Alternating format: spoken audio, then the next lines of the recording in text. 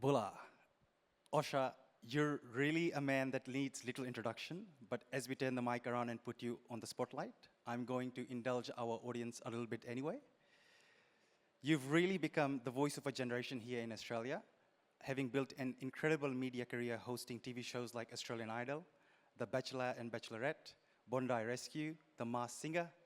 Plus, of course, you're a very talented radio and podcast host, author, and musician.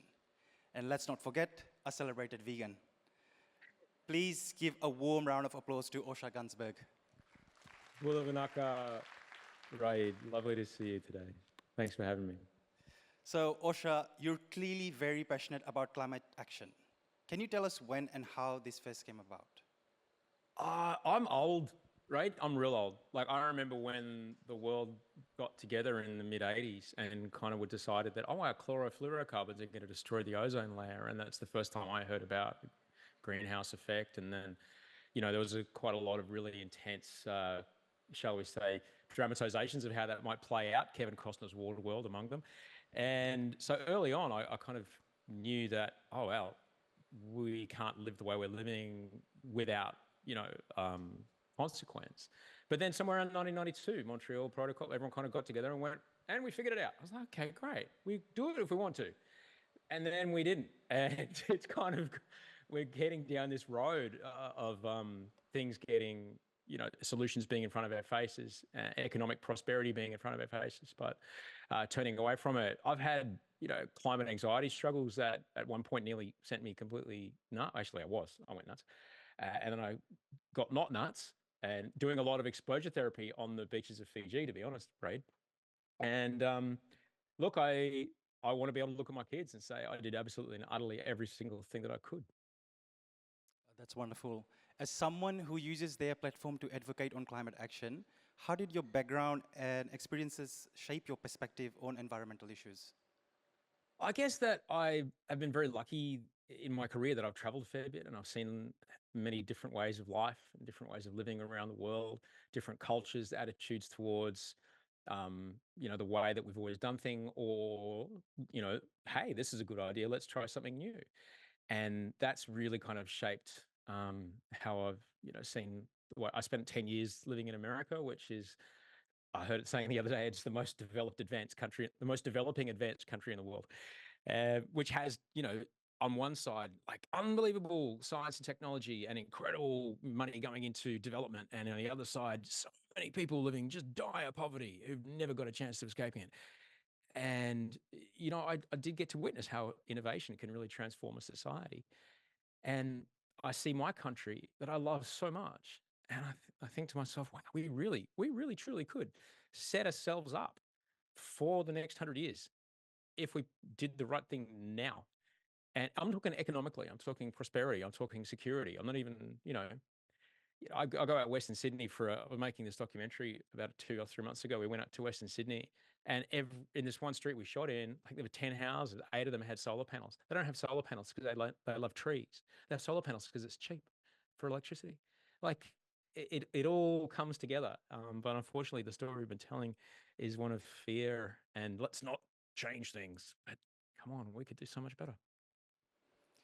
As a young leader, I think I can safely say that we all find elements of friction in advocacy. So how do you reconcile things like being a stickler for recycling and then needing to fly somewhere for work, or recycling plastic knowing that it creates microplastics that may have a negative impact? Look, I'm gonna, by the power vested in me by my mother and father and their, one-time refugee status or whatever, and I'm an immigrant, so therefore I don't know what, I absolve you all, because all we are people trying to do the best we can in the systems that we cannot change. All right, we're all trying to make the best possible choices, limited by the systems that we're in. I pay a guy to come and take our soft plastic recycling away here in our neighborhood. And that's ridiculous that I have to do that. Where as a city council can sign a paper and go, all right, no more soft plastics on the supermarket shelves. Figure it out, guys. First one who figures out food safe, plastic-free packaging, you become a trillionaire. That's the price. And I think that's the thing. It's not on you and me. Like if I put my coffee cup in the yellow bin and it's got a plastic lining and Craig Rucastle told me that's bad, I'm not a bad person. All right. I cannot be, and we can't feel bad about that sort of thing when there are companies that are taking huge amounts of resources out of our country, massive amounts of carbon out of the ground, making that is not equivalence. And the big thing is you can't let perfect be the enemy of good. You just can't. You just can't. I completely agree. You shared very intimate parts of your life in your book, Back After the Break, including your mental health challenges. How does climate anxiety affect you, and how do you personally manage it? Look, as I said, it was so bad. If you don't know my story, I struggled terribly badly with climate anxiety. And so bad, it got so bad that I had episodes of psychosis. I needed to be on antipsychotics. It was really scary. I was seeing things, I was hearing things. It was not fun at all. And it was through exposure therapy. And I would sit, I was shooting a television show in Fiji, and I worked very hard with some very clever doctors, and I worked really hard over a long time. And I would sit on the beach in Fiji every day when the high tide came in. And we don't see it in Australia, all right, because it's not really noticed. But in Fiji, the village next to where we were staying, that's where these people have lived for hundreds and hundreds of years. They've been thousands even, practicing their way of life, going out to the reef, taking their food, teaching their kids how to fish. And their relatives are buried on the land right underneath their home. And you can see how the waves are washing up underneath a house, which wouldn't have been built below the high tide line. The high tide line used to be way out there by the reef. It's not now. And I would sit there every day for half an hour with my hands shaking and my palms sweaty and my knees are heavy and mum's spaghetti. And it was awful. But over about 6 weeks of doing that every day, I started to just be in acceptance of it and understand that I can only do my part and I can do my very best and I can just act in accordance with my values and try as hard as I can to influence wherever I can with the money I spend. Every dollar I spend is a vote, and with the work that I do. Um, Yeah. so, Osher, I learned from you that vegans can actually eat oysters as they don't have a central nervous system. Yes, vegans rejoice. How long ago did you stop eating meat, and why exactly was that? Oh, well, Raeed, I don't eat oysters, and I don't eat fish anymore. Even though I see the face my wife makes when she gets a really good coconda, I'm like, oh man, that looks really. It started, I don't know, kind of about 30, to be honest, about 30 years ago, and it had nothing to do with animals. It had everything to do with like how much land and how much water does it take to make this 1 kilo of animal protein? That doesn't make sense. How much forest has to get torn down? Oh, I don't want to be a part of that. And so it started with chicken, and then red meat, and eventually fish, and shellfish. And then about 2002 was eggs, and that was it. And it's always for me been about resources. It's always been about the amount of land and water that it takes to create a similar widget, if you will, of this particular chain of amino acids, and the same density and the same concentration.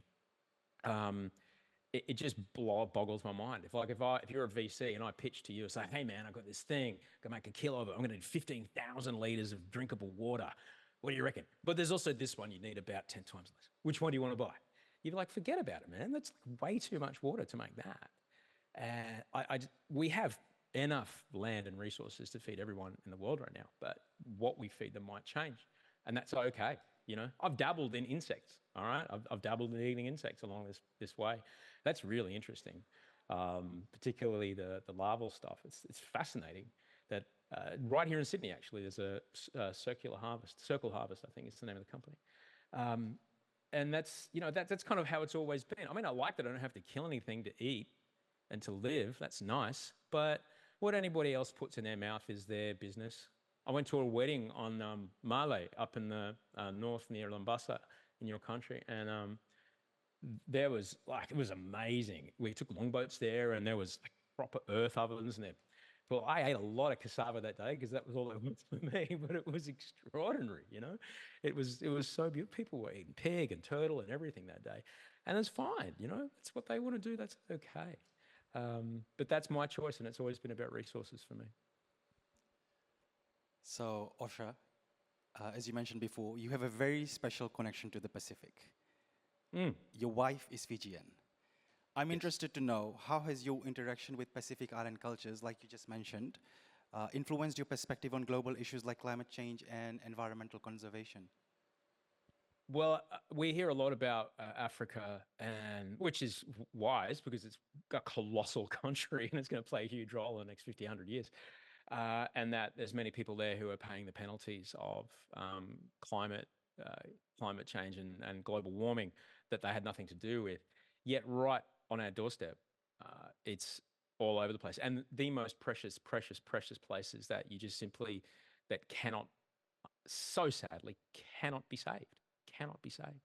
And it is tragic. It's a deep, deep tragedy. I've been grateful to spend time in places like Tahiti and Tonga and a lot of time in Fiji.